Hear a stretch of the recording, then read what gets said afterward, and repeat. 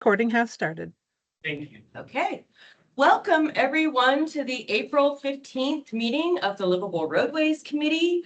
Let's all stand for the Pledge of Allegiance. Okay. I pledge allegiance to the flag of the United States of America, to the republic for which it stands, one nation, under God, indivisible, with liberty and justice for all. Thank you so much. We'll quickly do introductions today, just in the interest of time, since I was late, I apologize. We could just go around and just quickly who you are and who you represent today. Oh, thank you. All right, I'm David Hay. I'm the representative from the Planning Commission. Heather Coyle, representative for Elon. Jason Jackman, City of Tampa Mobility.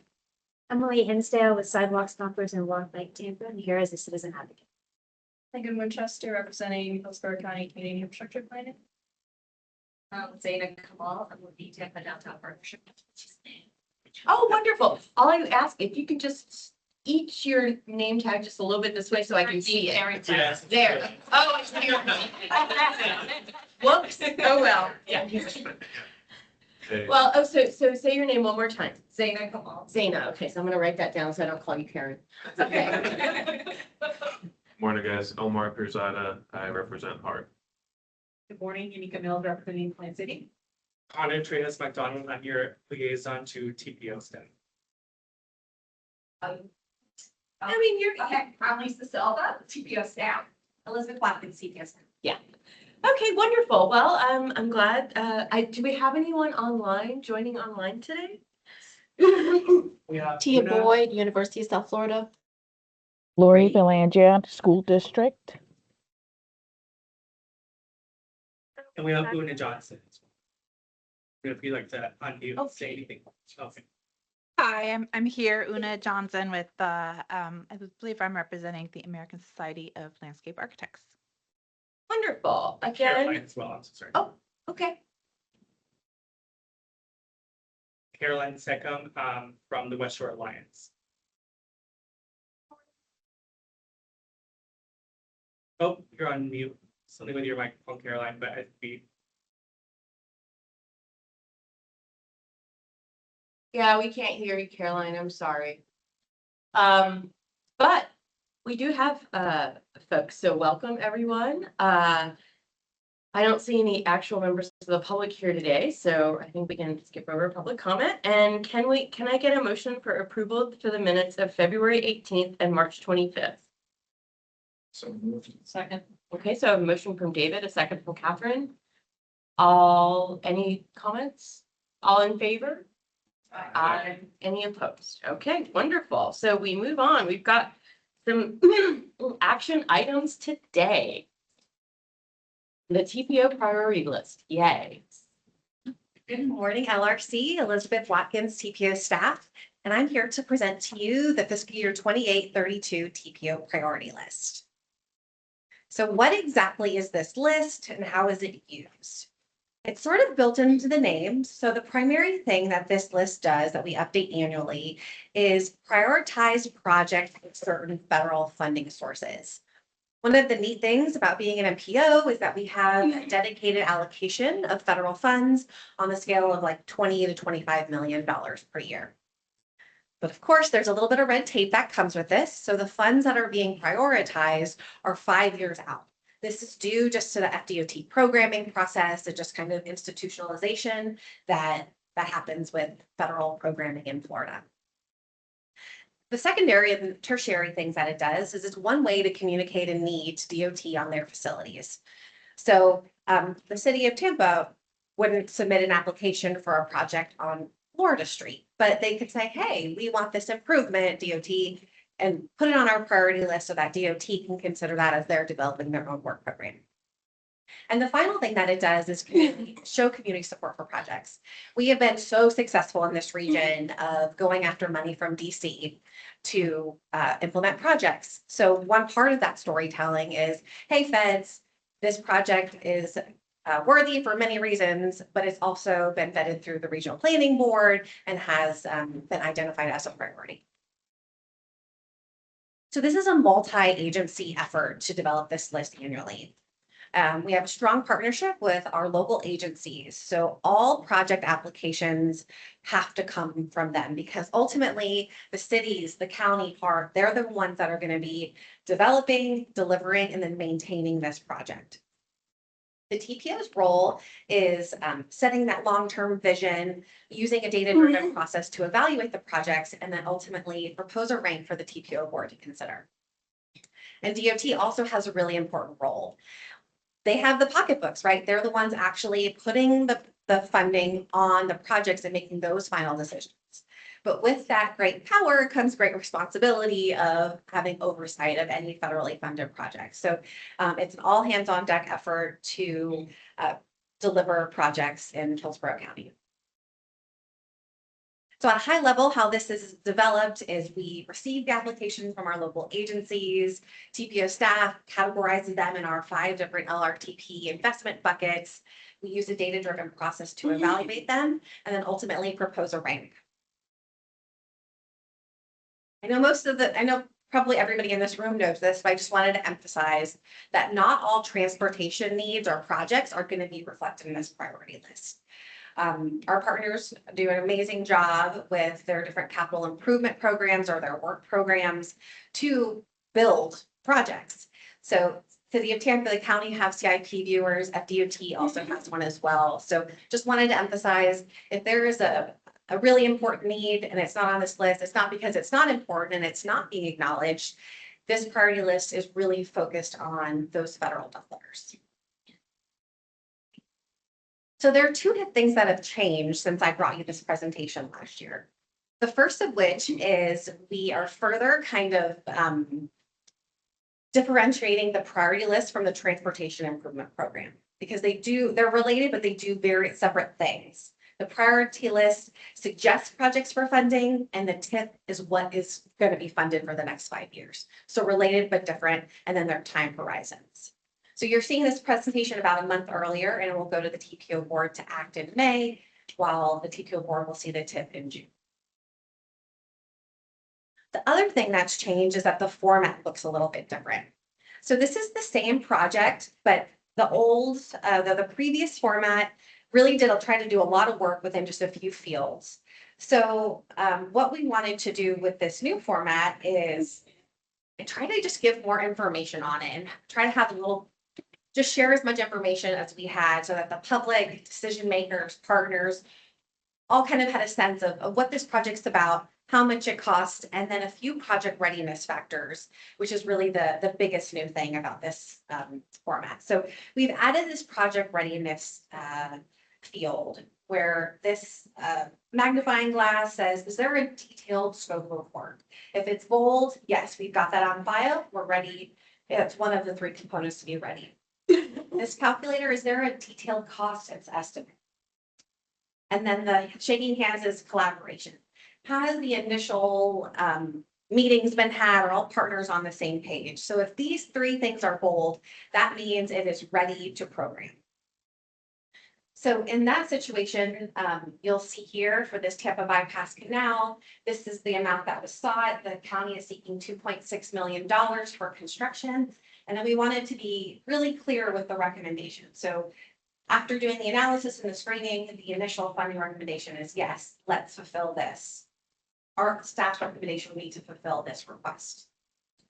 And then finally, just project phases. We wanted to, again, share as much recent information as we had by showing both the date, the amount of dollars programmed, and then if we didn't know, acknowledge that, right? So construction for this project is unfunded, so there's no year, but the estimate is about $2.6 million. So that is the big changes this year.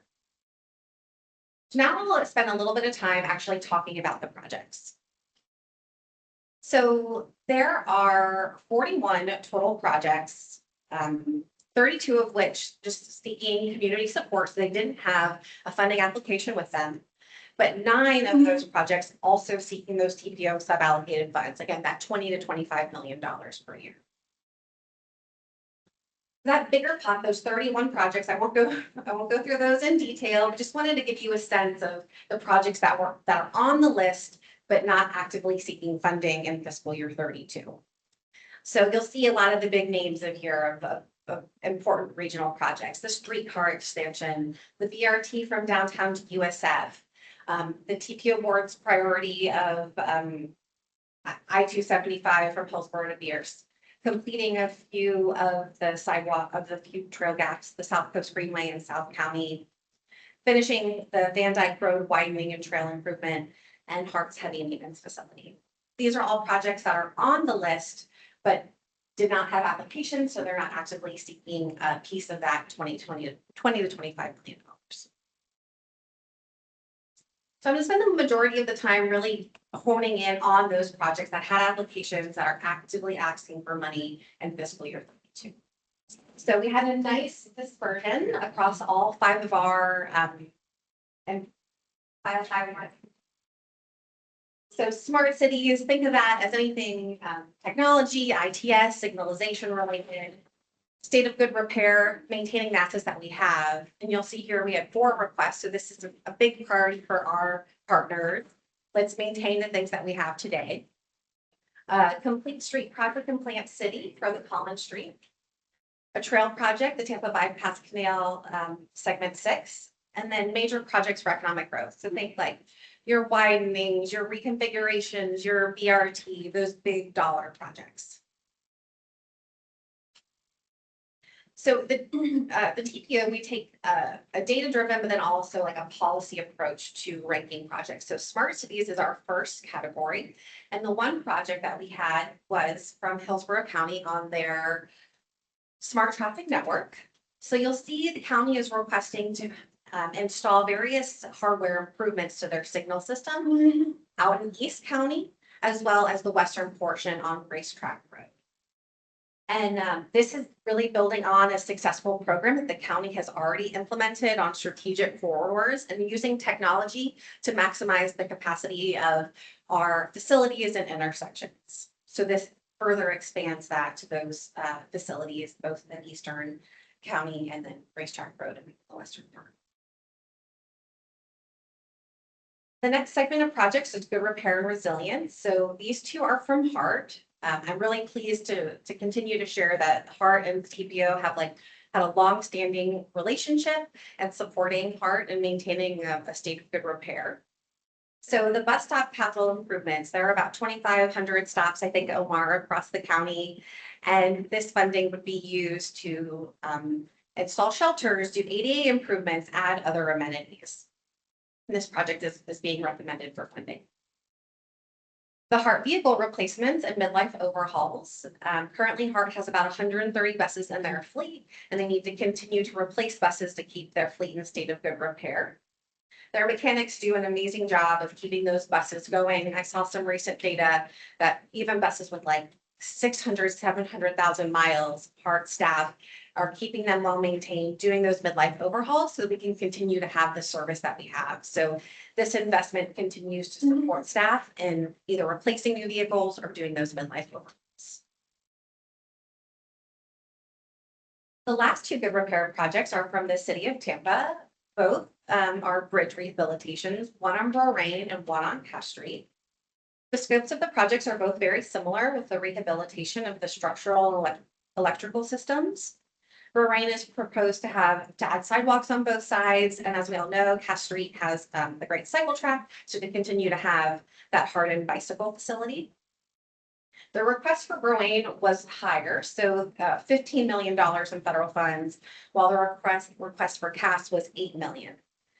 We talked with the city of Tampa, and given that the money would run out immediately if these 2 were funded, we're recommending funding for the Cass Street Bridge to advance that project with $8 million so that we can continue to fund additional projects down the list. The next project comes from Plant City. This is their Collins Street complete street improvement from Alston to Alexander. This will be the 3rd and final phase of the reimagination of Collins Street, which would connect downtown to midtown. And the scope of this project is going to include dedicated bike lanes, expanded sidewalks, and other traffic calming measures. The city is requesting about $2 million to bring this project to start it and design. We have one trail project competing for funding, and again, that's at segment 6 of the Tampa bypass canal from Morris Bridge Road to Brewsby Downs. Design is expected to start next year, so the county is requesting construction funding to build it in fiscal year 32. And to round us out are our major projects. So the first one is from the county, the Gibson Drive widening from Fern Hill Drive to US 301. The county is proposing to add 2 lanes. And while they're not requesting federal funds, but they put in an application for something called SIGP, the County Incentive Grant Program. So they're requesting about $750,000 to start design on this project. And then the final project was from the city of Tampa to do stages 2 and 3 of the Ashley Drive realignment. You may recall that the city won a great federal grant to do stage 1. I believe that's still underway and planning to go to design and build next year. But the city put in an application for, I think it was about $12 million to do stage 2 and 3. But unfortunately, the funds have kind of run out by the time we get to this project. So to just recap the funding recommendation summary that again are detailed in that priority list that is in the attachment, is most of the applications were recommended for funding. There are investments in all modes, trails, transit, highways. There's a nice geographic distribution for projects in the cities as well as unincorporated county. And also importantly, there's a nice balance of construction funding and design because we want to keep that pipeline going and get projects into design so that they can be built and continue to deliver improvements to the community. So I'm happy to take any questions, but the recommended action before you is to recommend acceptance of this list to the TPO board. Okay, well, thank you. First, I just want to acknowledge that Arizona Jenkins has joined us for the record, so welcome. And okay, so I just want to say I love it. It's so much easier to read. Congratulations, congratulations. Okay, I saw your hand. Yeah. Of course, I got a few questions. Are any of these projects funded through the CIT? CIT, the community investment. No, so what kind of sets this apart is these would be funded with federal funds. Those CITs, that would be in a capital improvement program. Right, so you had said that funding on some of these would run out, right? So the CIT could be used for those gaps, right? Certainly, yeah. They could. It's a local transportation funding source. My understanding too is that the latest estimate, and this is from the accelerator project, the TIA from TIA to downtown is $1.2 billion. That figure seems pretty similar to what is being talked about a potential development around Dale Mabry. So I'm just curious if the CIT is used for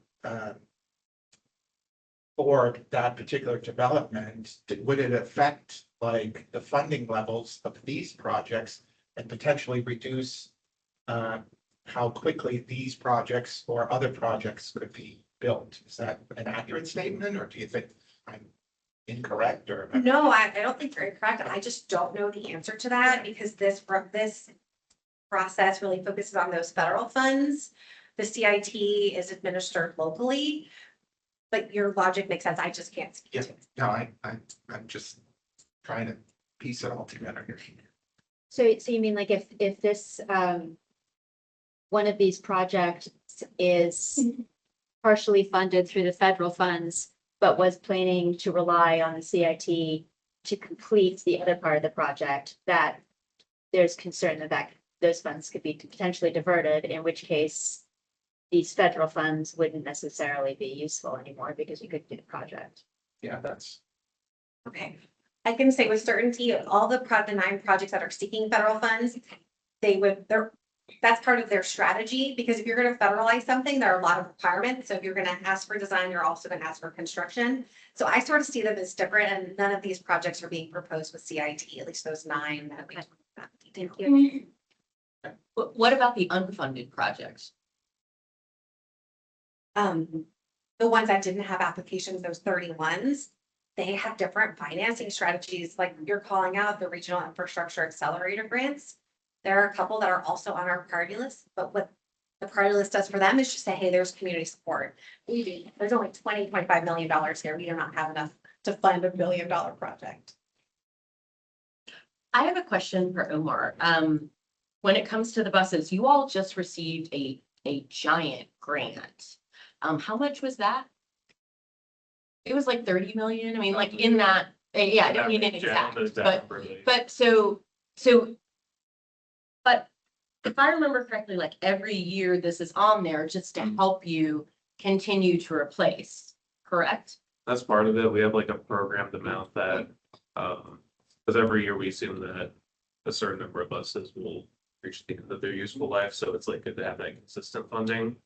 But the grant that we got last year, that around 30 million, that's more so for a replacement for people to CNG buses. Okay.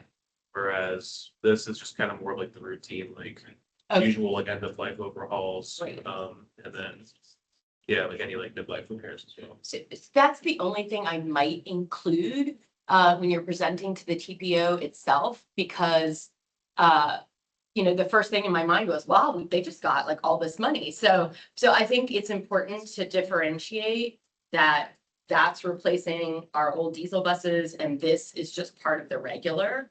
So I think that's a really good reminder. What we know about my buses? Can you go back to that picture again? Back to Can you go back to the picture? Okay, yeah, but that's a new bus.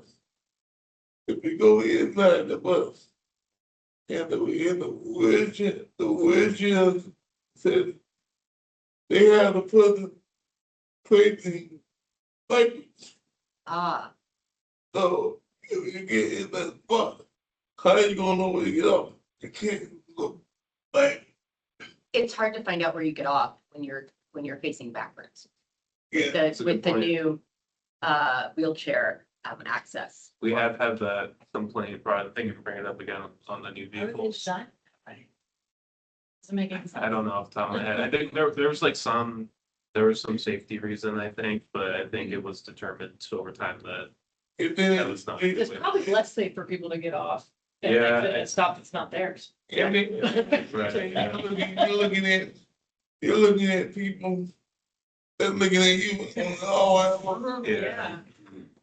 That's like standing in an elevator backwards and staring at everybody. Yeah. Bizarre. And then on the other benches, they got the benches. The bench is it's standing up. So you're standing up against the bench. What about a person that can't stand that well? Where are you guys getting these designs? I don't know. Somebody just ordered a couple of new vans for hot blocks. If you go in the hot blood vans, they got a wheelchair on the right side in the front and one in the back on the left side. And then you get 2 seats in the middle. The driver is gonna have a lot of time to get in that wheelchair in the front. There's already a wheelchair in the back. The van is never, the hallway is narrow. So, they don't know how to drive the chair. They're gonna have a hell of a time trying to get that wheelchair to go up once to get in the wheelchair. I don't know where you guys get these designs from, but you guys need to ask the person who uses a wheelchair before you order these things. And then you got SUVs. They bought a whole lot of SUVs and it's not made for wheelchairs. It's only made for walk. Okay, so you go to an LA house, well, someone is on walking, how are they going to be able to step up? Get that SUV. And if you got a dog, then the room is gonna be real tight. You may get 2 people, and the rule is, if the guy walking, the driver cannot hold the walker up. The driver is not allowed to touch the walker. So how are you gonna get that walker in the edge of me? And have to be going up. So somebody has that, I don't know what, that's like, Maybe that's just a general suggestion for Yeah. your heart accessibility person and procurement. Yeah. Might need to reach Should out. do better. Yeah. That's something we can definitely do. I can get more information. Good. Yeah, thanks for bringing that up. Okay, anything else on the priority list? Any other questions? I had a question, if you could go back to the slide of what it looked, the new visual. So my question, the biggest question I have is when it says design here, does that mean it's funded? Yes, so if there is a date on there, that means for this project, there was about $380,000 program for design in 2027. Okay, so yeah, I think that's the only thing, because it says unfunded there, so maybe funded 2027 with the amount, Okay, if, or just FD, some way to, yeah, I um, totally see what you're saying. yeah, I don't know, some way to, well, it's just, I mean, yeah, that's, I think, would be a little more helpful, because you're, I mean, I can tell that you're asking for that and the recommended, but so my first question was, well, is that 379 part of the construction? But it's clearly not, but I think it would just help to differentiate. Thank you so much. Anyone else? Just one, Yes, Omar. just one thing, the earlier point, it was 32 million that we I got. was So close. you're really close. Okay. And that's to replace 33 of the diesel buses that we have that are beyond their useful life. Okay, wonderful. Just remember. So So yeah, that, but I do think that's a really good point. So I might keep that number 32 million for 33 buses, diesel buses. But otherwise, this is just so much easier to read, I think, for the general public. Really appreciate that. I have a question on the design. I've noticed under planning, sometimes there's a year and no number. Then there's, it's not applicable. And then there's some that have unfunded, but then a number. Yeah. So it just seemed like, so not applicable, there is no planning involved with it. It makes it seem like there's gotta be planning. Like, give an Okay. example of one. Let's see. The Gibson and Drive widening. It just says planning, not applicable. So I don't know, it's like, there must have been some planning. That is a great point that we could go back and clarify. Because that project has a PD&E, which part of that is planning, that's why we put NA. But I think we could do a better job of acknowledging maybe there was even just like an internal analysis that could be considered planning and acknowledging that. In-house or something, it was done in-house. fair. If it's done, it's like, Yeah. because otherwise it's like, how did you get there? Right. Yeah, agreed. And I mean, even if you needed to have, because I liked the project readiness visuals, but if you had to have a little spot where it was, a little acronym or whatever, that's fine. I think people would quickly learn what those. Yeah, I mean, I just asked for it. I mean, whoever came up with this, your whole team, like, congratulations. This is phenomenal. Thank you. And this is the first committee that it's coming from, so I really appreciate your notes. So this will look a little bit different before it goes to the board based on your feedback. Yeah, congratulations. Anything else? Oh, and the colors also really awesome. So the one thing I wanted to ask was, one of our recommendations a while back was to not go from red to orange, but to actually put them in the priority order, even if the colors didn't match. Were you able to do that? I'm sorry, I haven't had a chance to look. Yeah, we. Yes, it looks like you have. Okay. Yeah, they're in ranked order. but that looks like good repair. Oh, yeah, no, but you're still going from smart cities to, see, all of those are smart cities. So that was my question is, sometimes the priorities aren't necessarily, that was the confusion with the public was number one in smart priorities or smart city, because it's right there, makes sense, but the number one in the last in real choices is still labeled 39, right, or whatever. Right. That's very confusing. Very confusing. And one thing we also tried to do differently in proposing the rank is if a project had an application and met all those readiness criteria, it went to the top of its category. So we're telling a better story. Okay, priorities 1, 2, 5, 7, not 1, 2, 15, 39, like kind of keeping them to the top of the list to emphasize that these are the projects that are ready to advance. But that doesn't look like what it looks like. I mean, as I'm looking over his shoulder, you know, the major projects are still, everything is still in numerical order. And it has to be per DOT. Oh, okay, okay, I understand. So We- that's not something we can change. Got it, got it. We try. Okay, no, that makes sense. I think that just needs to be explained, that that's not an option for us to change, because that was the thing that people. So it has to be organized this way. We cannot change it. And so we made it as best we can. So, okay. Well, great. Anybody else? Well, wonderful. Thank you so much. Okay. Action. Oh, I'm sorry. The action is to recommend acceptance with our recommendations. Do I have a motion to accept with our recommendations, the FY 28 through 32 priority list? Okay, I have a motion from Emily. Second. I have a second from Omar. All in favor? Aye. Any opposed? Thank you so much.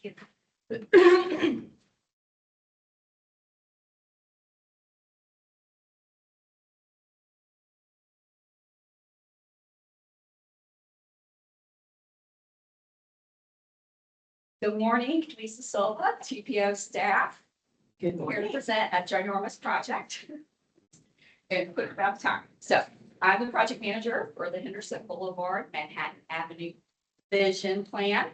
Distinct and different from some of the other corridors I bring to you. This is the big picture vision plan. So what's the corridor going to look like when it's totally grown up? So you're going to see all of the recommendations, not just quick build, hotspot, whatever you want to call them, tier 1 kind of recommendations, because that was what was requested. So it's a big project. It's a full, complete 4.1 miles all the way from Kennedy down to Gandy. So it's Henderson and then becomes Manhattan. So we're going to see an overview of all that and all the things that went into making this project.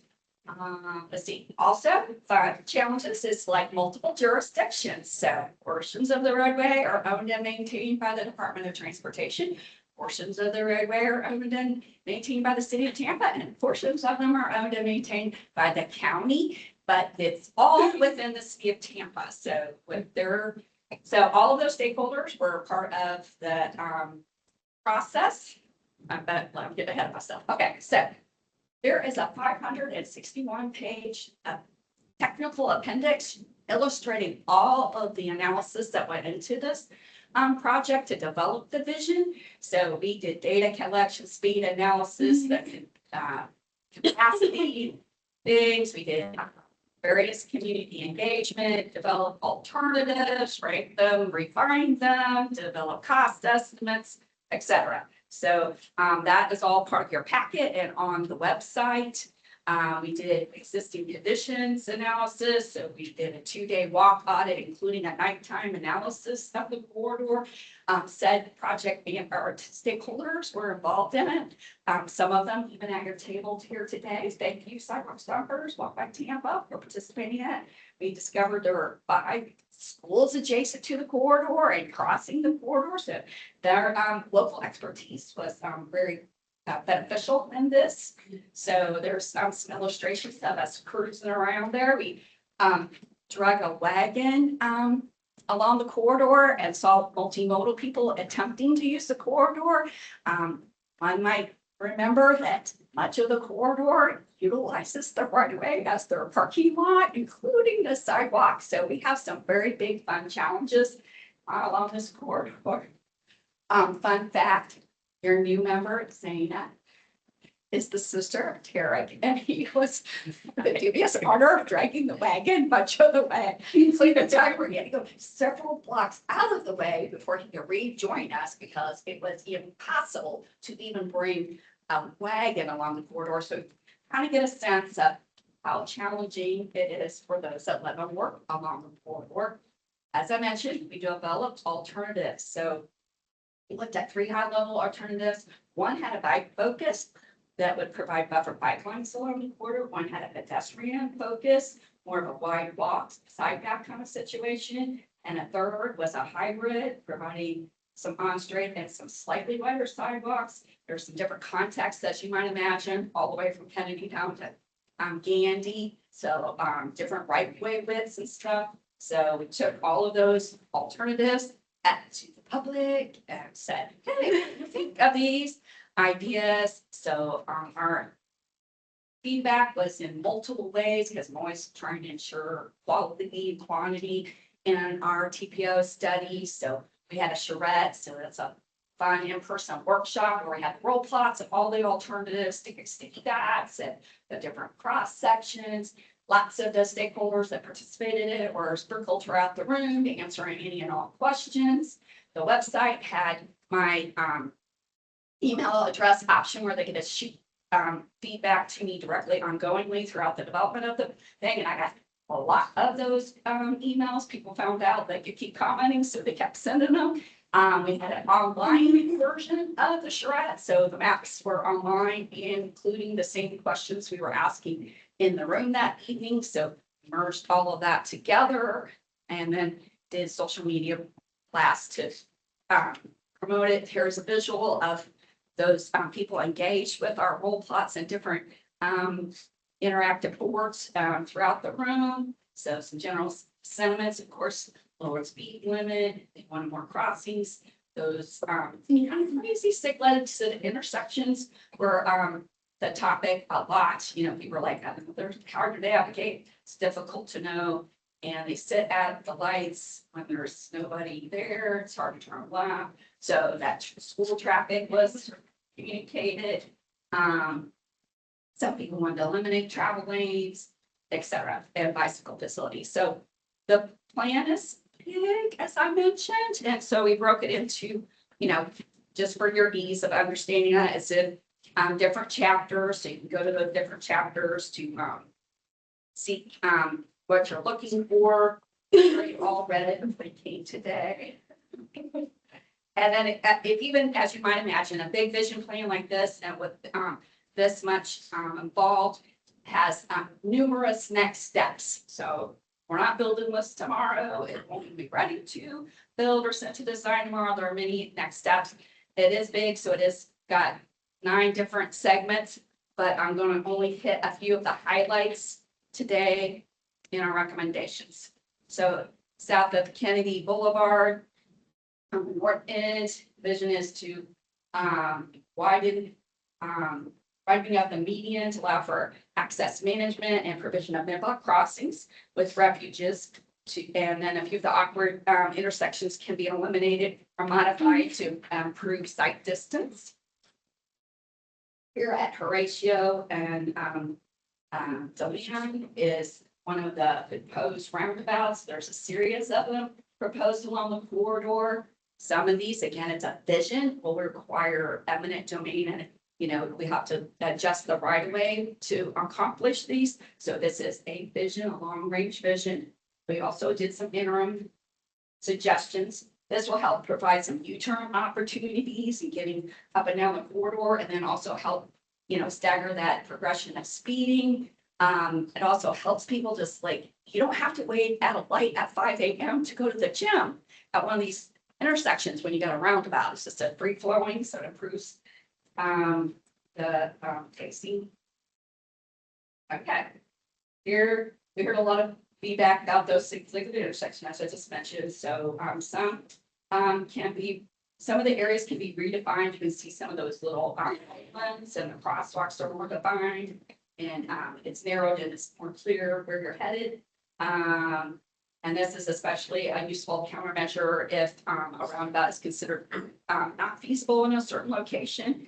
Some of the legs could even be removed or closed, not similar to what we have at Morrison already today, but we enhance Morrison by recognizing that it's in the city's master plans as a slow street and a bicycle boulevard as its vision. So this would be a way to easily cross Henderson and Del Mabry by adding a bicycle signal at it and to continue prohibiting the vehicular movements, but adding that green travel lane to emphasize that you have bicycles crossing the corridor here.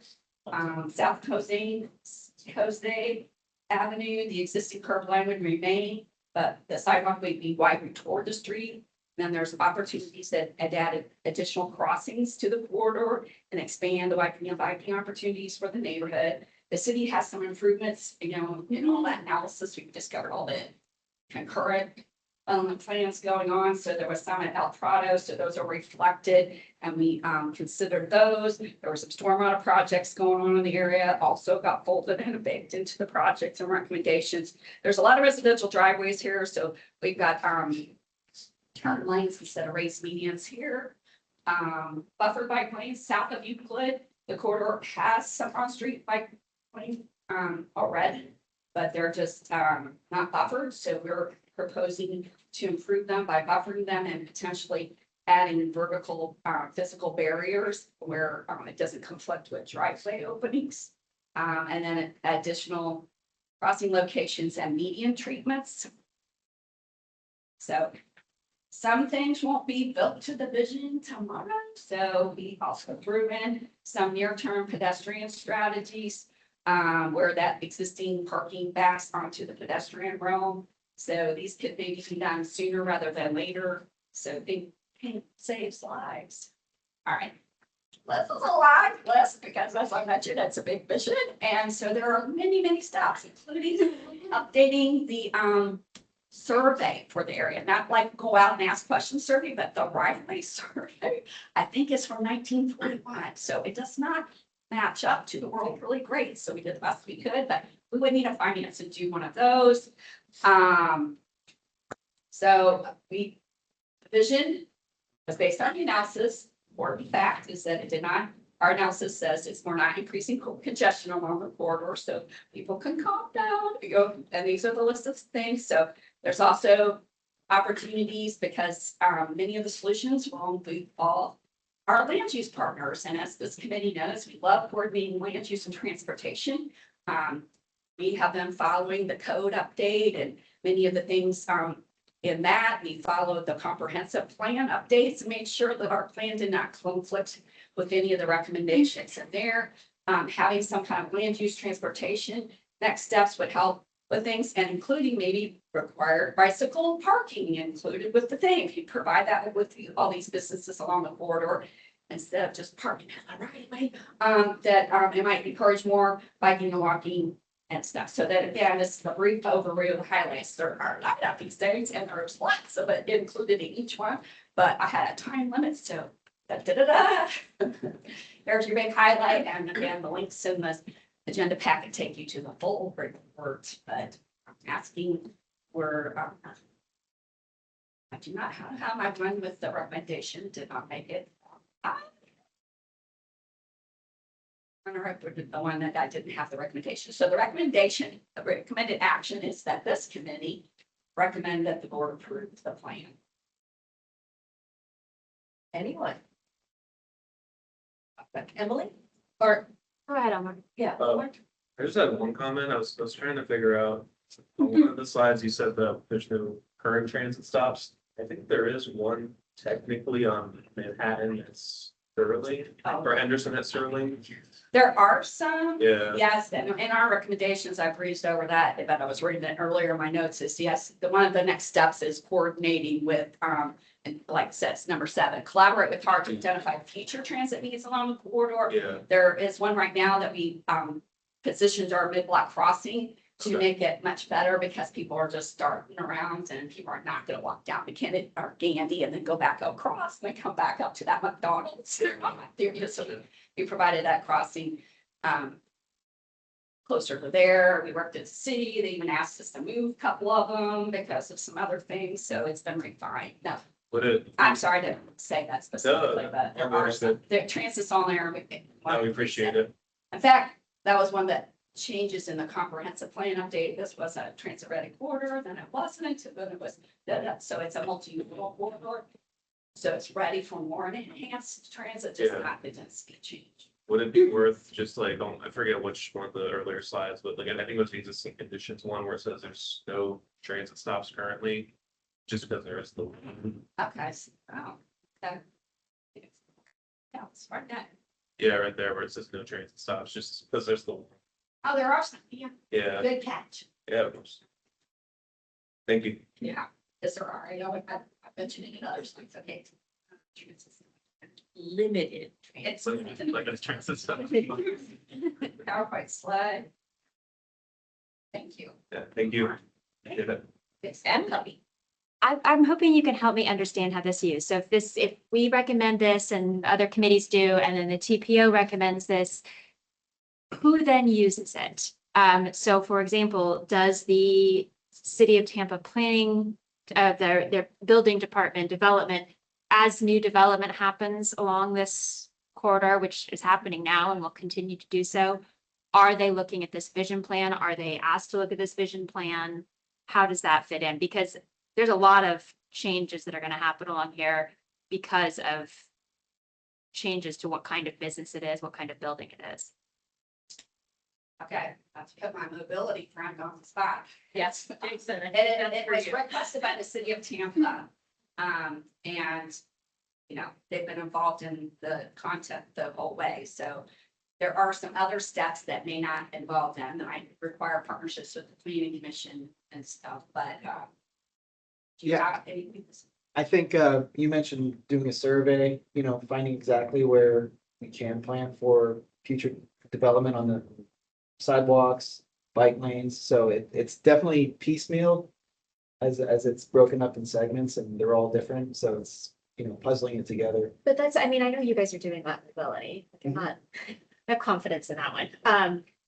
The question is in building, as plans for new buildings are approved, are they being asked to look at this vision plan and say, No, it's not a regulation. I know, that's why. Yeah, I would just like to make sure that that is something that we think about with this plan. This is a great plan. I loved it. It was really well put together, a lot of great ideas. But if you have, right now, there's probably about half a block's worth of, and these are long blocks of buildings that are knocked down and could be rebuilt with sidewalks, with parking lots that don't go right up to the edge of the street. Are those what the plans will approve? Doesn't look like it. So it'd be nice if the vision plan were actually something that was used by everybody who is impacting that corridor. Well, I do have to say that if a building is knocked down, they would have to build it to current standards, which would bring the building closer to the street and not allow for that parking right there. If I'm correct. No, really? No. There's no overlay there, so they could just build. Can they have parking backing into the street? Absolutely not. They have to do controlled driveway. But that's what I'm saying. Yeah. So right now, where you can back into the street, that wouldn't be allowed anymore. So they either have to back the building up so that there are drive aisles or bring the building forward so there's more parking behind. So they're as things. You should check it out and see what they're building. Okay, Yeah. Well, but That is not the case. that is not the case. I must say too, that if the building totally gets torn down, it needs to, Yeah, like, a lot of it has to times they, follow. we're kind of hollowing out the building, but we're keeping the structure, and then we're gonna add this thing on. A lot You're of not times. triggering a major renovation. That's how they get around Change it. use by definition. Yeah. You're generally allowed to keep what you want. Yes, Then then you also have 75 parking spaces and you're only doing a certain square footage. The code allows you to keep what you want. yes. That's Yeah, bottom line. And that's why I brought up, and I've been participating in and reminding those involved in the City of Tampa code update that the code needs to Reference situations, plans. yeah, stuff like this. They also have a fun subcomponent to the update called corridor, whatever, I don't know. But Dover Cole is working on that, so I was talking to Josh Brave just last night, like, don't forget the Anderson candidate. You know, and he's like, yeah, it's just been slowed down. So it's in the future recommendations. I think that initiative and applying that to this corridor would be a very effective next step. So my recommendation to you would be to go to the city's land development code update site, which is Campus Forward, I believe. And there are spots for comments. I would definitely send an email, but then what I would do is we just had the first drop of the changes. I would go to those public meetings and add, you have a great network of getting people to focus on a specific thing. And I would just, I would go to those meetings. I would get people to send emails. I would say, how can we take this, not just this plan, but the plans that we've already spent money and designed? How do we make sure that development follows the plans that we have agreed upon for these corridors? Because Clarion, the company who's doing the work, she should at least be able to have an answer for you there. Yeah. David? Oh, no, no. Oh, okay. Anyone else? Oh, yeah, sorry, Megan. Remember this moment, because, you know, you count on you carry the torch. Try. I just wanted to say I really appreciate this because I guess I would consider myself a stakeholder for this because I drive on this road every day. The soccer club that I coach at, we play out of Madison Middle School, so it's right there, right across from Jam Platte. So we got a lot of kids that, you know, go back and forth. Some of them do live in like the neighborhood areas, so they might be walking home at some point in time. So I think that this is really interesting, and I will bring it up to my dad, who is one of the directors at the club. Great. And you'll see number 8 says, go beyond the corridor and then see if what else there is that we can do to help getting safely to and from those schools. So that might be interesting. And then I would recommend connecting with Emily to see what you can do to get the parents of the students involved to advocate as well, because that's the kind of stuff that makes a difference. Yeah, we have, I mean, like, Raiders parents are powerful. yeah, we have quite a stronghold, I guess, with a lot of parents all throughout South Tampa. But yeah, I mean, like I said, I drive on this road every day, and I mean, my parents live right off of it. I technically live right off of it, like further down south, so. Missed you at the shore. I know, I feel like I was like, man, why didn't I go to that? I could have gone. I'm sorry. But yeah, so this is definitely something that is important to me, and I appreciate it. Right. So my question is, how do we get funding to update the right-of-way survey and conduct the land use analysis? What are the steps to fund those? City of Tampa is the owner and maintainer. Oh, but, okay. you know, you own parts of the right of way. Another important next step that I guess let's list here, but the Department of Transportation is open and amenable to doing updating the interlocal agreement and getting it back to the City of Tampa, which is part of why you got City of Tampa. Yes, you requested this because if they have the vision and they get all the vision implemented, then they're willing to take it back, kind of similar to Channel Drive. Yeah, that one got all updated and they got it back from the county. The county is not opposed to the idea either. We did recognize the Safe Streets for All grant that the county is doing on the southern portion of the corridor, but it doesn't take it up to the vision level. So we added that level. So you'll see enhancements out there. It is not implementing plan specifically, but it is implementing improvements. There are some traffic signal updates that the city got overall, that 3 of the signals will enjoy that. So we don't have to bring those up to meet the vision. Yeah, city, it's the TPO can help with planning pieces of the next steps. Okay. If programmed in the UPWP. But the city, you know, yeah. It's up to the city. Okay. Check with, yeah. So, yeah, we'll talk about it. Okay, well, do I have a motion to approve the plan? Here's a motion. I heard that. I move. Okay, so I have a motion from Unica and a second from Catherine. All in favor? Aye. Any opposed? Thank you so much. Thank you.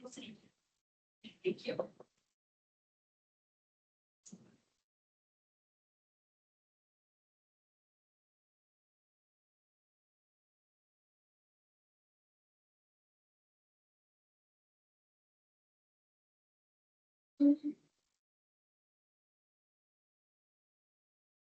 going to hear this one. I used to work on the South Shore Area Device Systems Plan. All that. Hello, everyone. My name is Megan Winchester, with the Infrastructure Planning for Hillsborough County. I am the project manager on the county side for this project, the South County Integrated Mobility Study. We are working with HDR as our consultant, but Stephanie, you may know, was not able to make this meeting, so you did me instead. All right, so back in 2019, our department first partnered with Cutter to develop this study for South County, just looking at travel patterns and where people are going. It was basically like an origin destination study. Well, a portion of it was origin destination study, which is the one that we decided to update this year, just to see how those travel patterns have evolved. I think we all know that South County has grown immensely in the past 7 years. So we just wanted to look at how people are moving now and what kind of impacts some of that growth has had on travel patterns. So we use streetlight data, which is just mobility analytics based on location data. Don't ask me how it works. That is not a question for me. But I can get you to someone who does know the answer to this. But we basically looked at the first time period when this study was done in 2019 was from November 2017 and 2018. That was the data gathering portion. And then we looked at data from July 2024 to June 2025 for this update. So this is the study area. So we have what are called OD zones, so origin destination zones. Those zones are split up between what is called non-activity areas, which is basically very similar to what you might see as a community area in the comprehensive plan. And we also have activity areas, which are actually intersections and a kind of like a radius of, I don't know what the exact radius there is, but based off of the network analysis of like trips or something, pedestrian bike trip. So that's why you get the ones that are kind of like number 2, Big Dumb East. That's kind of like a weird little amorphous blob within the larger Gerview and Balm. So we also have external gates. So the 3 main external gates to the north and the south along US 41, I-75, and US 301. So those were also considered to see how people were moving outside of the study area or into the study area as well. So the key takeaways after doing this study was that South Hillsborough County is rapidly growing, which we all know, and the travel demand is driven mainly by non-work trips and heavily concentrated around a few activity hubs adjacent to I-75.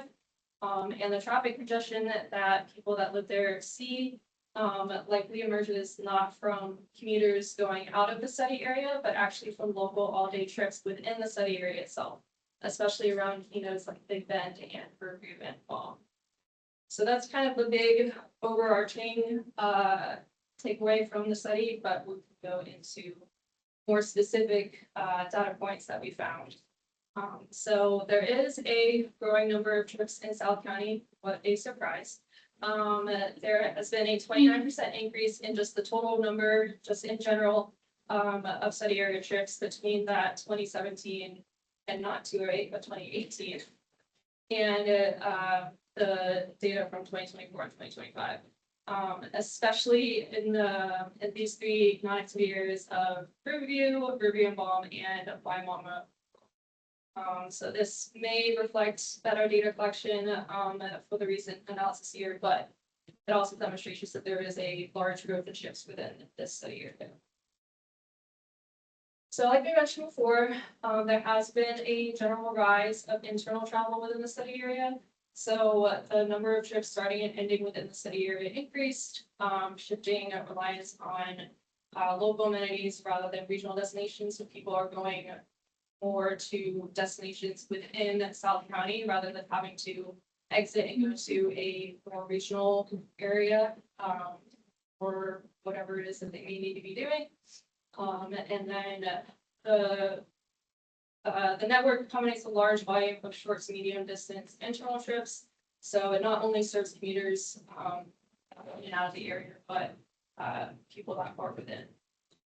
And while the total number of passenger trips along those three major interstates and highways has increased by about 10,000, this represents a smaller percent of the overall study area trips since more internal trips occur in South County. So if you look at the raw numbers of people leaving, it is higher. But when you look at it in proportion to all of the trips that occurred, it is actually smaller. So less people are leaving and going and more staying within the city area. So, like I said, there's a decrease in external gate trips. So you kind of see the difference in the percentages there. So that's like showing a shifting commuter patterns, you know, obviously with work from home and everything like that, less people are actually leaving to go out to their jobs. And instead they're just staying in.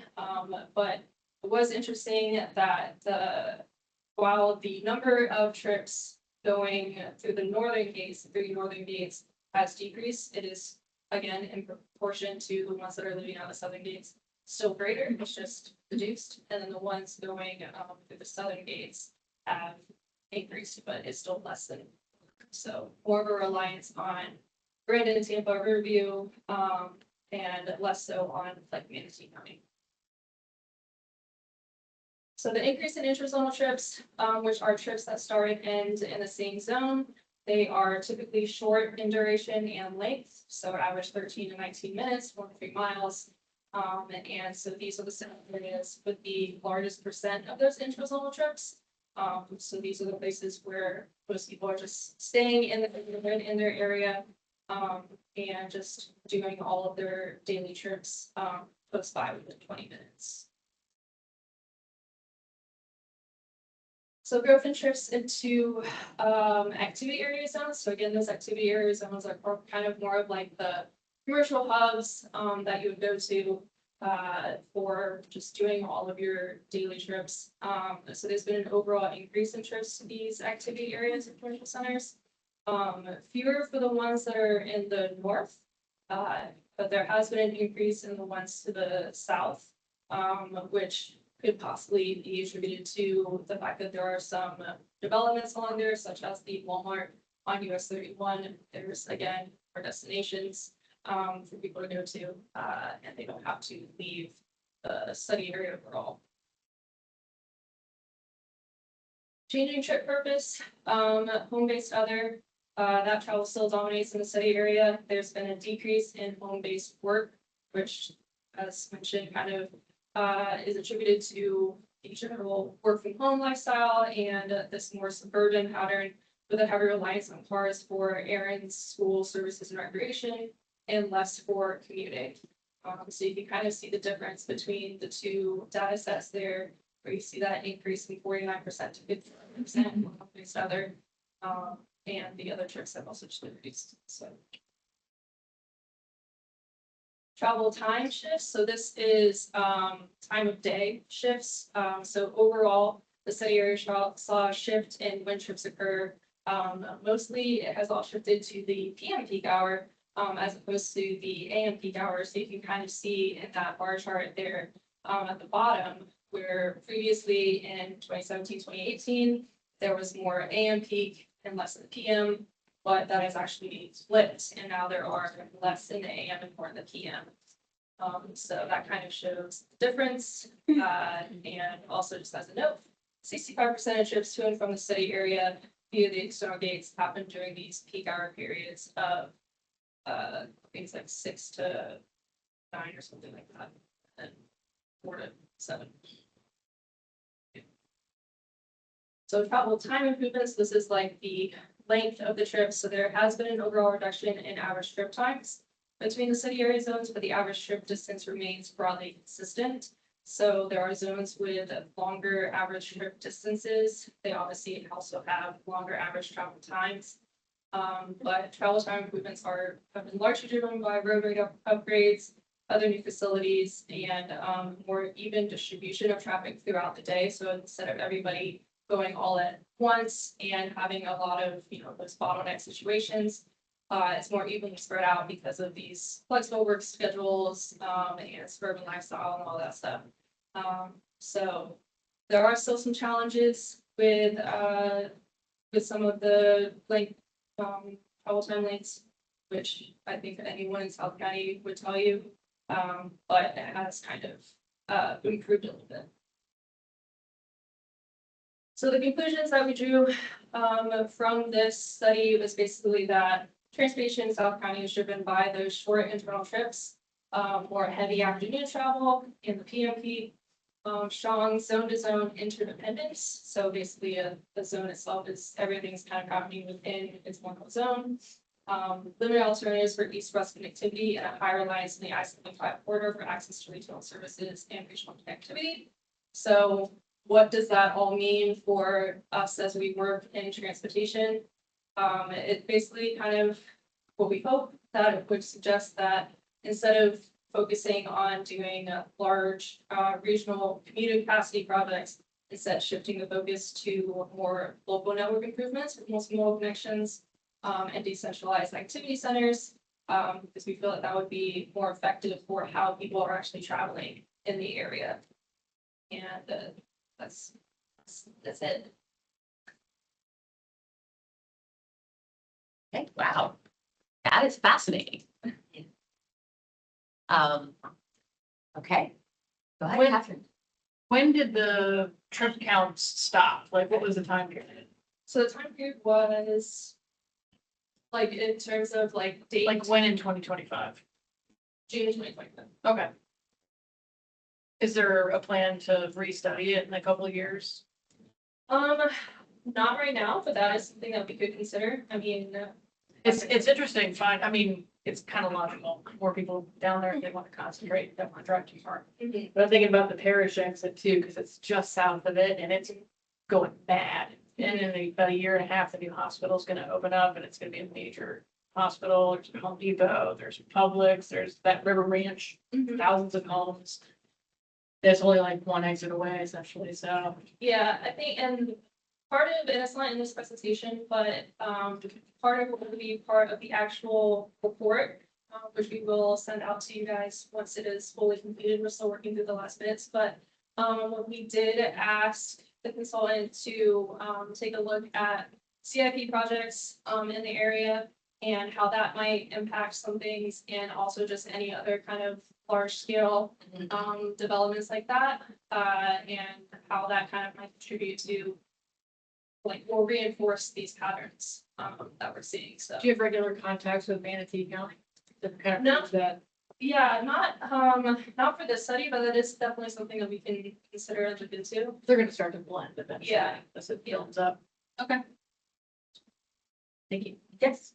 To your point, they're currently looking at adding an interchange south of 674 north of Manatee County. Mhm. So they just have an amendment for the corridor preservation plan to preserve the corridor for that interchange. But I had a question on when you talk about people leaving the district, maybe I missed it. Is it mostly to the north? Is it evenly going in like east and south? Or Yes. So.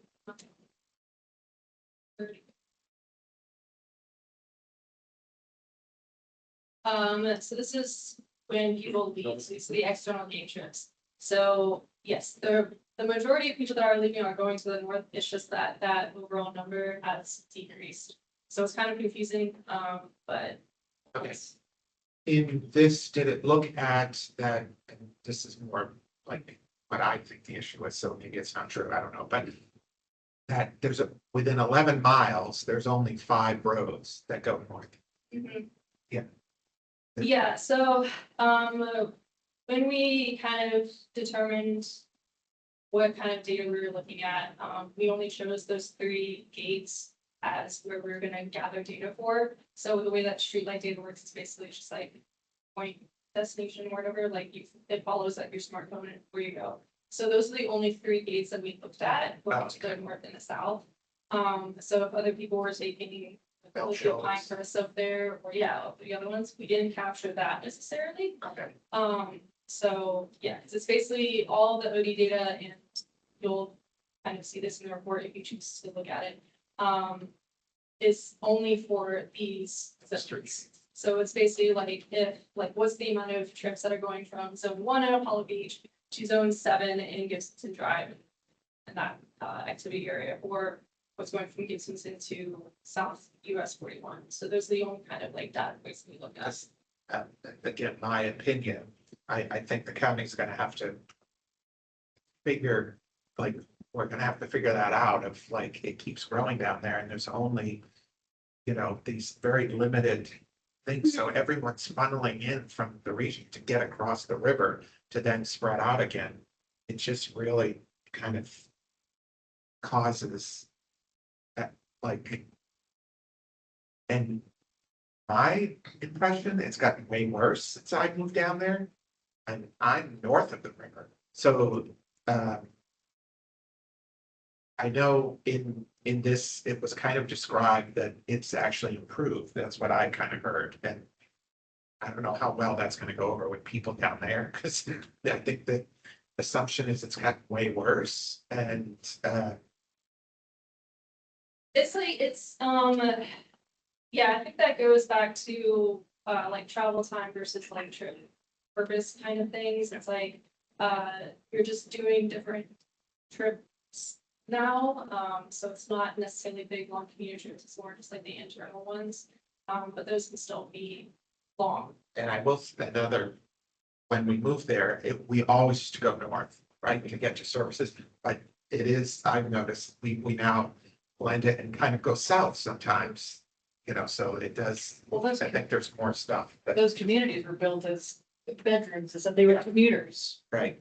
They didn't have the grid or the infrastructure to live locally. I hate to say it that way. You don't have, I mean, it's just different. It's gonna have to be built, and the county's gonna have a lot of pay for that. And I know, I'm sorry, I know there's a bunch of quarters down there, I think, like south of Gibson Drive. There's Lincoln Road, I think, connects, but there's gaps, like there was actually supposed to be a north-south roadway there, and some of it's built, and then there's a neighborhood that kind of is in there, and I would assume the county is looking at, hopefully, potentially connecting some of these. Because the right of way is there, it's just politically, it might be a little difficult, because you've got to buy some people's houses that are on dirt roads at the moment, and Well, and I think like this study is something that could like help back that, like that connection would support these, you know, intra-zonal trips that people are making. So that's kind of like the point behind the study is like, you know, we've looked at how people are moving and they're taking these kind of shorter trips that, like this road connection that, we're proposing, would benefit, instead of the longer ones. So I think that is like exactly what this study is for. Right. Lisa, I know I'm not a member, so technically I just keep my hand down, but I on the planning commission side, I did the South Shore community plans and then the individual plans. And I can tell you that they all recognize they didn't want to be a veteran community. They want a mix of uses. And they, even so far as where David lives, we adopted and put like a form-based code, and traditional neighborhood development overlay in place. So it's really great to see that they're seeing in the data that it's not just in and out for commuters, but also a tool that they have in their toolbox is the corridors map, so we show that like there is not a grid, it needs a grid. This is where the grid should be. We should take advantage of it, put this grid in place. So, I'd be interested in like how's the corridors plan working and is it helping these? So those community plans said, yes, protect the right of way, don't vacate it for just vehicular use too, because we'd like to allow for other modes here. So when they did improve 301, they at least a side path on one side to give a token to that, yeah. There's no magic money to fix it all, but at least there are things in place to try to do this.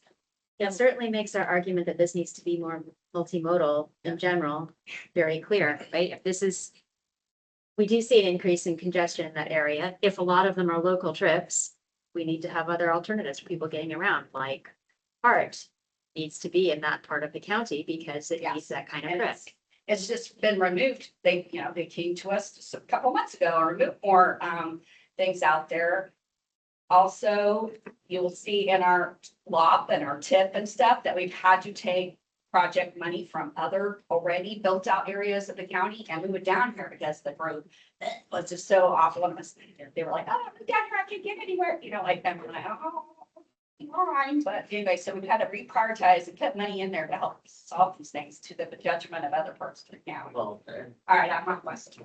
I'm tying in the multimodal. My impression is when you look at the county, like the trail system, what's approved, it's been very aggressive on kind of the north side of the county. It has not been aggressive in kind of this area.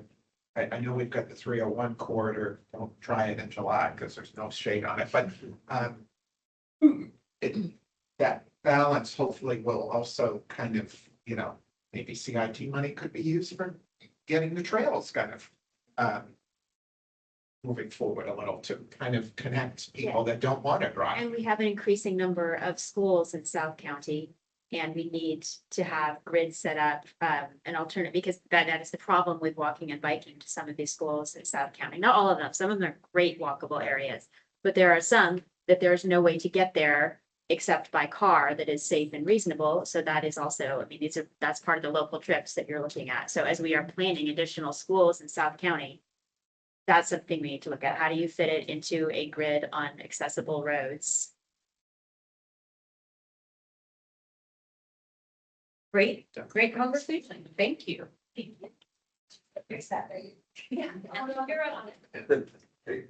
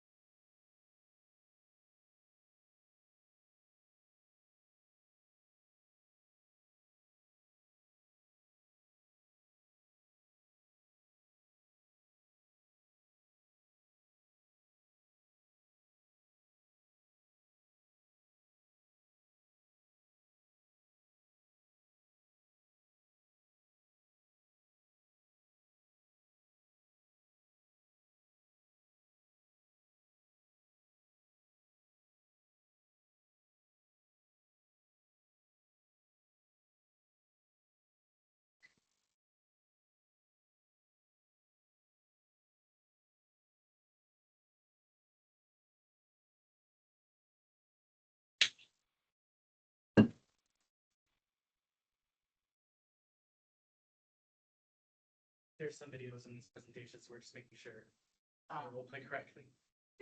I have fancy presentations, so I have to share it from here. They have to open it here.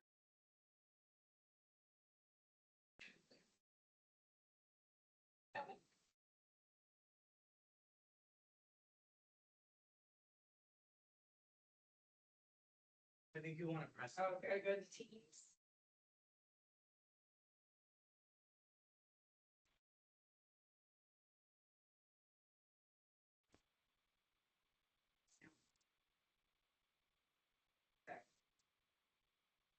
Big. Is technology gonna be my friend today? Okay, I'm back. Yay. All right, Lisa Silva, TPO staff. As you might recall, in March, I was surrogate to Connor, who had a conflict, and I was your liaison that month. And during that, you requested more information on open streets, like the ciclovías. So you've had a very busy agenda since then, so now was the opportunity to bring it to you. Since this, many of the other committees said, oh, hey, we want our committee to hear these great concepts. And so I've been to some of those other committees, and you guys are the ones that are getting it last, even though you asked for it. So, okay, here we go. Let's see.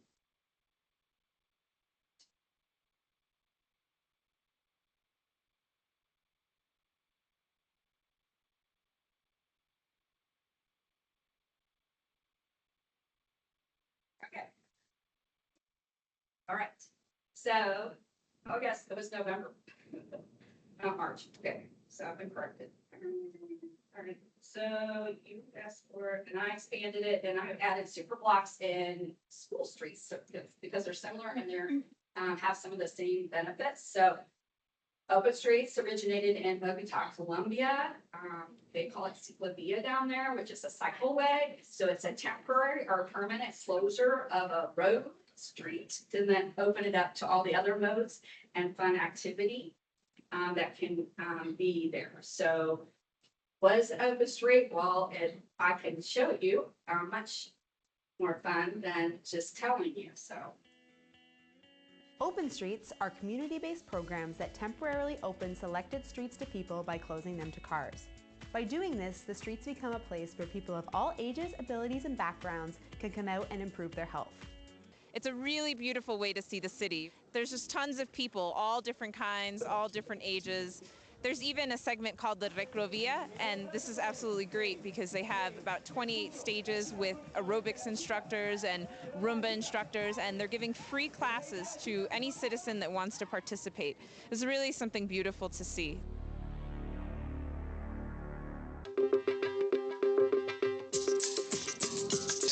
La oportunidad que tiene la familia para disfrutar la ciudad. Eso es lo mejor. My first impressions of seeing open streets in Guadalajara is this is far beyond my expectation. I knew it would be lively and I knew there would be a lot of people, but I still just could not imagine that it would be what it was, all the people in the streets doing all sorts of activities. I think it's important to learn from programs like this because you see how it changes the way people see their city. That it changes the way they interact with public space, with parks, with the streets, with the roads, and then with each other.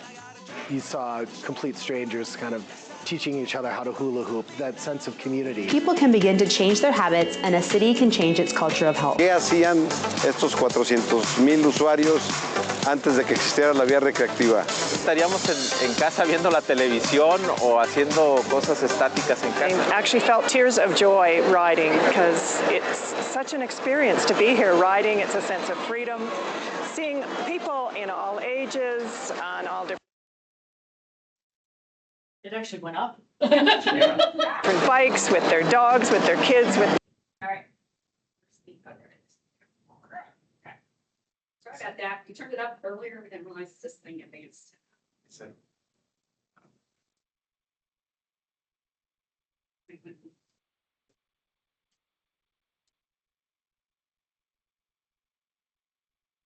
Okay.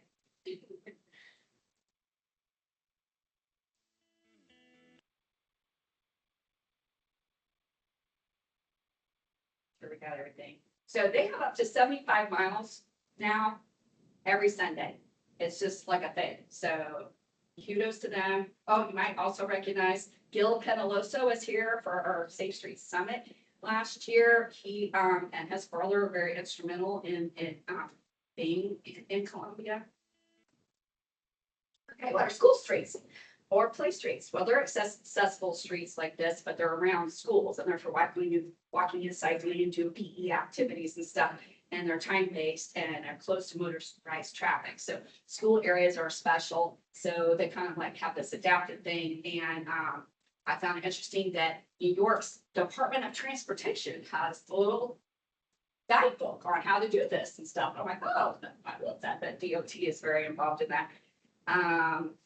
So they're low cost and quick build. when we did many of our school studies, we all know this, like we looked at, there's some here in Tampa that like could benefit from that. We're like, oh, can you only let the buses through, but you close them to the other cars instead of just prioritizing car line, being right next to our children, you know, safety, emissions, healthier, et cetera. So I mentioned the DOT thing. We're gonna have another short video. That's my friend. You may have been hearing a lot about school streets and find yourself asking, what is a school street? Well, basically, a school street restricts car traffic in front of a school to make it safer for children, with the first example showing up in Bolzano, Italy in 1989. The explosion of school streets can be attributed to a few factors: reducing traffic conflicts between children and cars at schools, promoting physical activity and play for children and families, and helping to address climate change and air quality. Every school street project is a little bit different. Some use temporary barriers installed by volunteers, while others use traffic calming changes to the street. Some cities are using tactical urbanism to make temporary change, with many pilots becoming permanent. School streets make getting to and from school a fun, active, and healthy part of childhood, and no matter what they look like, the positive impact is clear. Do you have a school street project that inspires you? Tell us about it below. It is inspiring to learn how cities are changing how we move in creative, healthy, and social ways. You may have. And then super blocks. So super blocks are a strategy of creating livable and sustainable neighborhoods. So not every city needs to have cars on every single block. So you can aggregate 3x3 ones and close them to just, you can see in the visual with the little walking people, you can keep those kind of like permanent open streets and provides great space for. So Franklin in downtown has been closed and open and closed and open, but it's like just a linear version of that. But like Poe Plaza is the Franklin portion that was permanent closed and permanent fountains and plaza things added to it. So that's another thing that Europe and other places have been doing. So I thought I'd throw that introduction in here. So some local history is that I've been around long enough to know that we've done this locally, but it's not stuck and stayed around. So Clearwater did it in April of 2009. And as part of their economic development department, because this benefits all the businesses. This is not just a cost for the community, it's economic development and action. So they closed 2 miles of Cleveland Street to traffic, and it boosted their gateway district and helped launch one of the planning initiatives that they were working on. Here in Tampa, our very own Karen Cross was very instrumental in the one in December of 2014. I was down there with our TPO table, giving out slap bands even way back then. And then our second one was held in 2015. So in that case, it was Kennedy Boulevard was closed from Nebraska to Tampa. So we had about a mile. Livable Roadways, I was liaison time, like Tammy Verona, who worked on the Clearwater one, and Daniel Joyce, engineer here locally that really wanted to promote and partner with the Downtown Partnership on creating one, came to Livable Roadways and talked about it and introduced the concept and promoted it. David did an evaluation and brought the results of it back to the committee after the fact.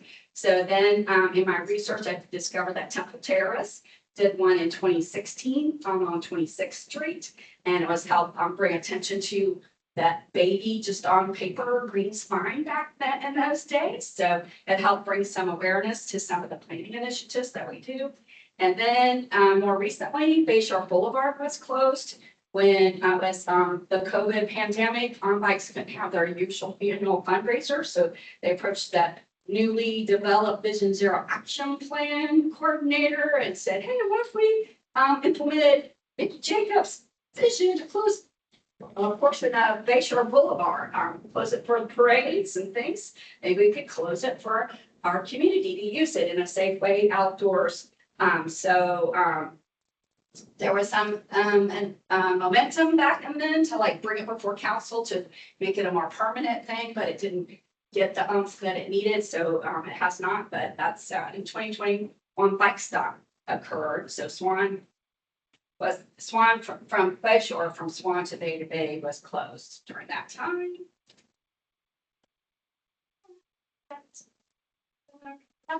So then the other committees asked questions. I'm like, I was very positively received. So there's your request implemented for you. Stop. Okay. Also like to mention World Car Free Day, Tampa. This Yeah, would be, yep. it's, is it third or fourth year? I probably should know the answer to that. I'm supposed to be organizing it. Will be September 19th this year. We have had challenges with closing streets for World Car Free Day. It has proven a very, very expensive permit into the hundreds of thousands that are just not feasible for any kind of community organization to do. I mean, it's great if you're a pirate, you can put that money forward, but if you are just somebody who wants to improve walking and biking, that is not an option in the city of Tampa. It's too expensive. And the city mobility department has done a great job in partnering with us to try to get those permits through in the past. Other departments in the city, such as the Parks Department, made it very difficult to advance that this year. Ironic. Which is ironic, Gotcha. yes. The permit process going through trying to overlap on a sidewalk in a park is impressively challenging. But we will be hosting World Car Free Day again, September 19th. We are looking for more community partners to participate with us in hosting, leading rides, and participating in different activities. It connects 3 different hubs around the city, Midtown, downtown's location is at Meacham Gardens and, or Meacham Farm, sorry. And then the Ybor City and location. And on each of these. Are you going north again this year to the 4th? No. On each of these locations, we will have, there'll be a Saturday market going on. So it is a market to market ride or walk. And also looking at doing another kids bike ride, which Councilmember Hurtak has led in the past for us. So you do pay permit to use it for like the ride and to set up all the No. activities, but you No. don't pay for closing. No, when we're using the street, we are not needing a Okay. permit. It's only when you are closing down the street or potentially using any of the park area, like the area in Rachel Earls Boulevard that we've used in the past. Which is why you won't be using that I area. thought that's when you did do the school ride on a different day of the week or month, because you were utilizing the permit for open. No, the school ride is on the same day as World Car Free Day. I know, but I thought you were doing it because you were taking advantage of one permit for both events. But- Yeah, does not require the permit because we're riding legally as cyclists. We're not closing off traffic. We're not requiring law enforcement to be there, which is a big expense. If you close a street to have law enforcement presence. Yeah.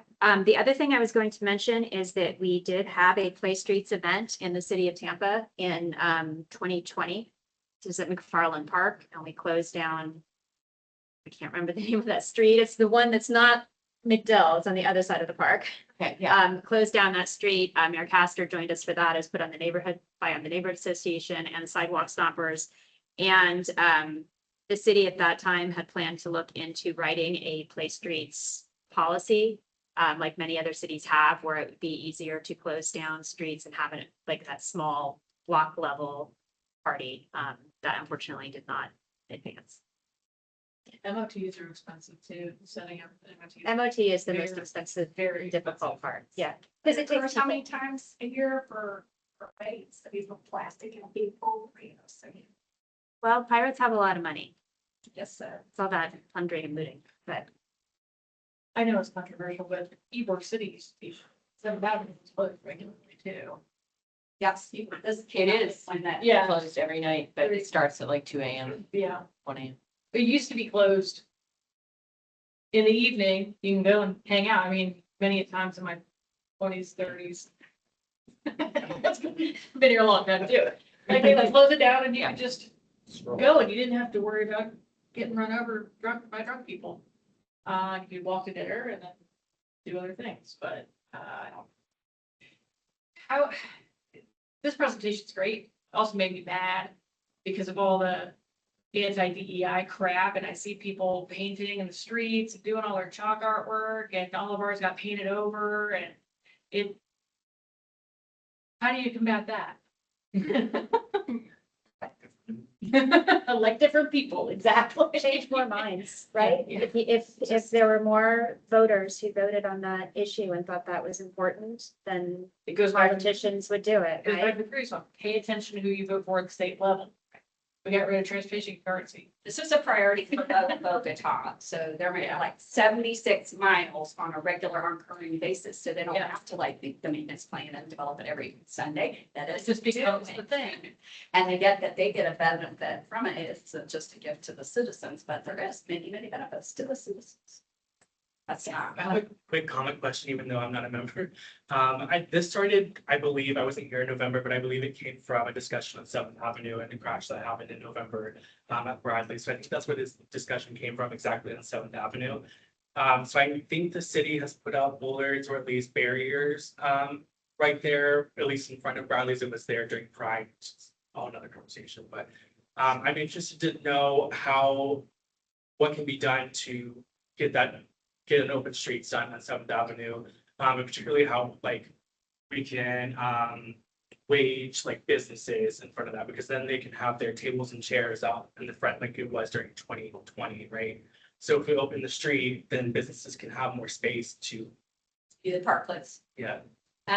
Again, when we did the bike ride recently, we got to see the 7th Street beginnings of the improvements in response to that crash. So the city is doing many things short of closing those streets that I understand. Enforcement had issues with closing them permanent for extended periods of time, but I can't. Why are they putting the barrier under that one? To protect people. But you can't get. You can't get they put up like that when you have to get on and off. Yeah. That's the wrong solution. Yeah, it is the wrong solution.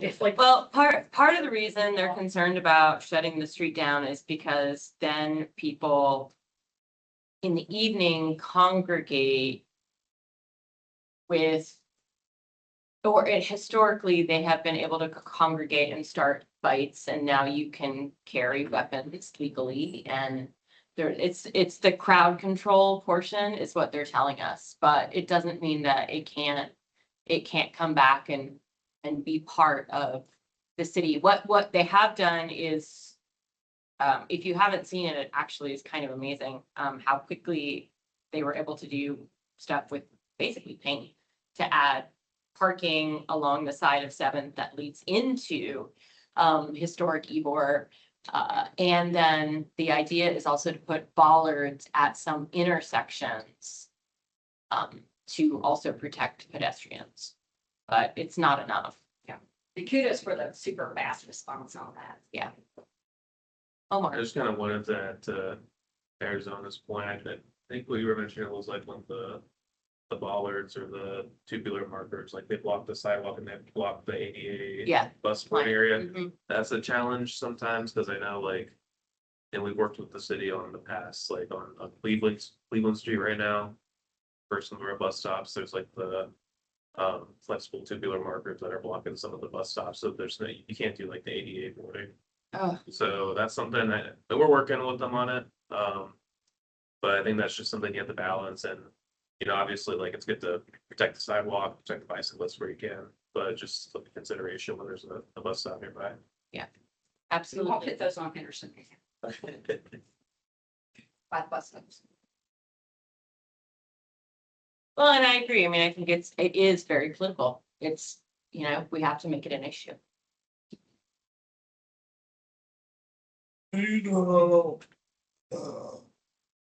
How long is that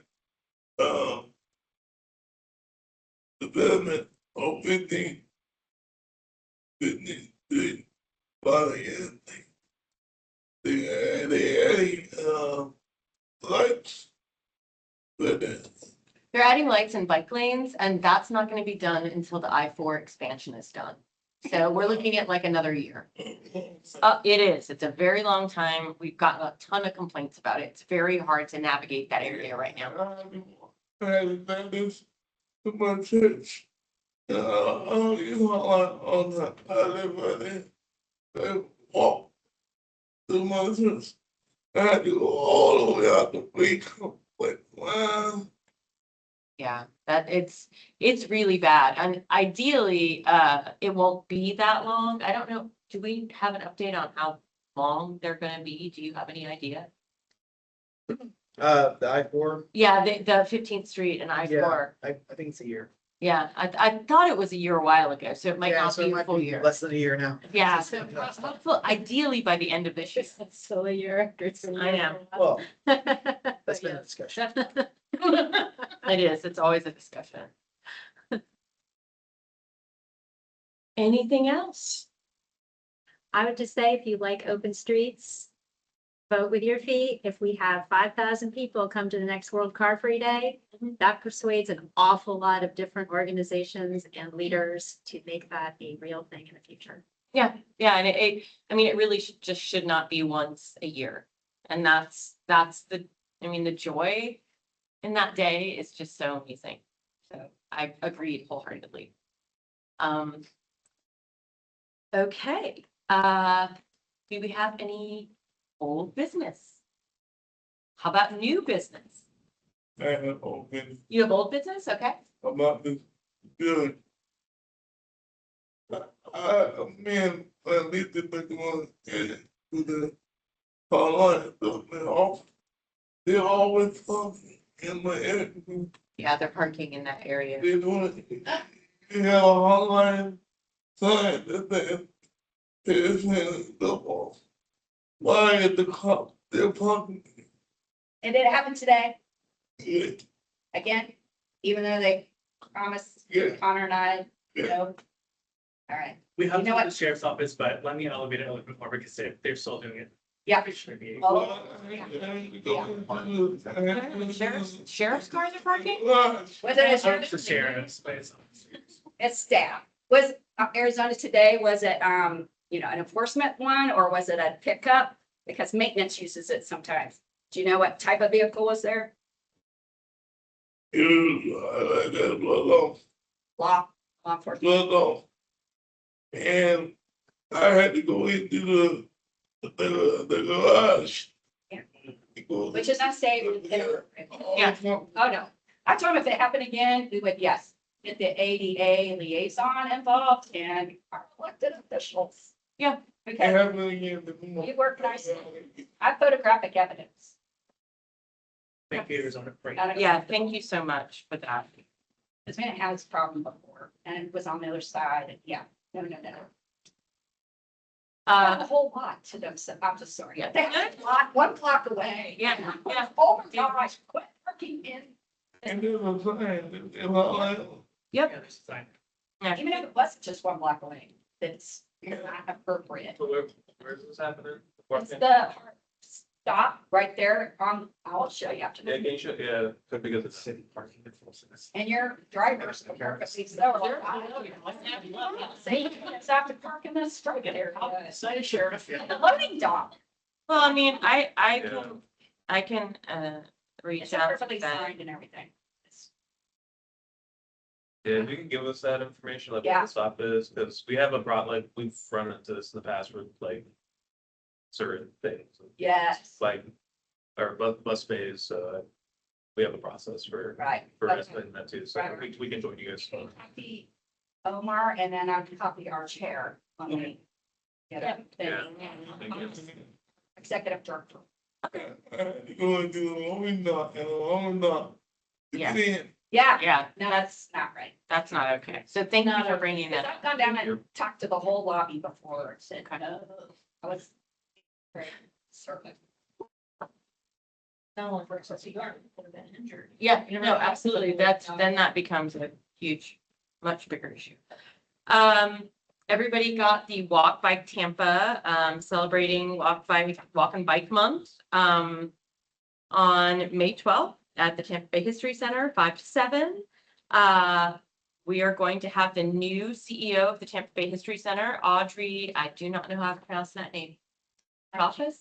Chapuis.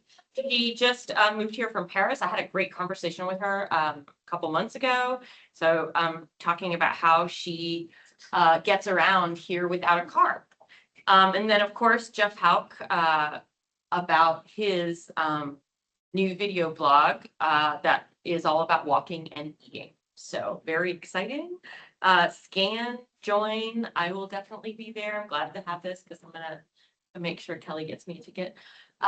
Anything else? It will also include a panel. Oh, wonderful. With several people who have experience and participated in biking around Paris. So we're going to talk about the transformation of Paris because Audrey was there while that was happening. And so comment on some of the before and after. Then we have other people sharing their experiences. And hopefully we're trying to get a City of Tampa person to join us to be a part of that conversation. But it'll be a really fun event. The TPO has already sponsored us, which is awesome. And we're looking for additional sponsors and people to buy tickets. Lots of food from the Columbia there. Nice. Berets are encouraged. And then I have something of note. We were supposed to have at this month's workshop, which would be next week, conversation about starting a Tampa BPAC, and that conversation has actually moved to May 28th because we are still waiting. Right now, the state legislature passed a bill about e-bikes, but it's still not been signed by the governor. So we are the conversation that started about ticketing bicyclists on the Riverwalk, speeds, all of that. We tabled that discussion to wait to find out what the state was going to do. So while they have passed the law, the governor has not signed it yet. So we're hoping that the governor will sign it by May 28th so that we can open that conversation. But part of that is starting a BPAC. So I encourage everyone who's interested in walking and biking to put May 28th on your calendar. Because we will be doing a workshop on that. If you are particularly interested in talking about it beforehand, you can reach out to my office and schedule a meeting because it's my motion. So it's going to be something that I'm working on. We're working on it with mobility. We have TPD involved. We have all sorts of different, but you know, Heart might be something that's interested as well. But this just furthers the conversation we just had about how do we get more. Our city is, for a city of our size, we're one of the few that doesn't have a BPAC. So the county has one, we don't have one, and so that's one of my wishes for this year. And so yeah, we're excited about that. So reach out with any and all suggestions to my office. So what you're saying? Yeah, city doesn't have one. We're trying to create one. Yes. All four jurisdictions are represented on the TPO. Yes, but it's a different animal. It is a different animal, and we are just trying to promote especially urban core and things like that. So we're getting more people interested in biking and walking, and the mobility department does a great job, but you know, There's a different, yeah, education and encouragement are different. it's definitely, and we're at the point now that we really need to have a group that advocates. The mobility department is great, but because they are staff members, they are limited in what they can do. Mm-hmm. So I really just want a group that is full-throated and wholeheartedly focused on getting around using other modes of transportation. That's the awesome. Walk by Tampa has been advocating for the city to have a BPAC for years. Yeah, I know. And that was one of the reasons that that this is part of that discussion. So you I can think have we're right. conversations like e-bike regulations in a space where you have the necessary opinions to address it rather than just one side.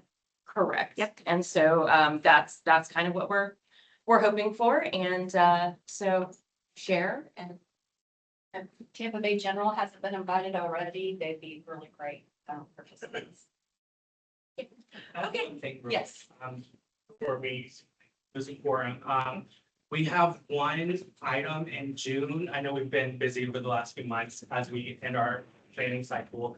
So we have one item scheduled for June. So if it's the preference of the committee, we can cancel that one and have June and July off and reconvene in August. But I'll leave that all up to you. And if you want to make it a recommendation or an action, we can do that as well. It's not a time sensitive thing in June. No, it's not a time. Or, yeah, maybe topics that they've had. I'm okay not going in June. Vacation. Anyone? I won't be here that week, so. And we can Yeah. encourage you to then attend the TIP hearing at the TPO board. I believe it's the second Wednesday of June. Oh, in the evening, yes, yeah, that might be. How does everyone feel about that? I'm leaving it up to you all. Okay, so do I have a motion? Second. Okay, so I have a motion by Unique to, I hate to say the word cancel, but yes, cancel the June, where am I? Sorry. Just came right out of my head. Committee. LRC, and seconded by Omar, all in favor? Aye, and if you could just, when you send out the next agenda, make sure that's big bold at the top, so everyone preps, and I know you send out the calendar reminder too, so we can just cancel that. So thank you all. Do I have a motion to, do I need to do a motion to close? No, okay, so we are adjourned. Thank you so much. Have a wonderful rest of your week. Okay, with that motion, it means you have to attend all the rest of them, all your. You're not in church. July. We'll have a meeting. Back. Hold on. Thank you all. Oh, beautiful. Thank you. I have parking passes as well. Yes. Jill needs parking passes? Yes. Oh, yeah. So Connor, whatever here. So I. Yeah. Omar, do you need a? Omar, still never got us the other day, so I shot this the other day. That's my understanding. I don't think you guys have. Trusted it for being an So it might not, it might be effective the. advocate, and then I also. Thank you so much. I have a private email. So from there. Oh, Yeah, somebody else looks like rather do that. Yeah. I'm talking to. They have, they used to do that. Yes, nice. Yeah, I think he was So, listening. again, Like, but I'm speculating that's what it is. the full transportation I know it's late study. for The your first stuff. one. So it's like- In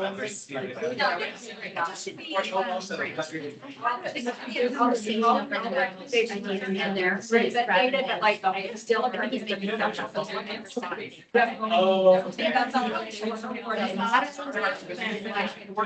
Yeah. I can't, the committee.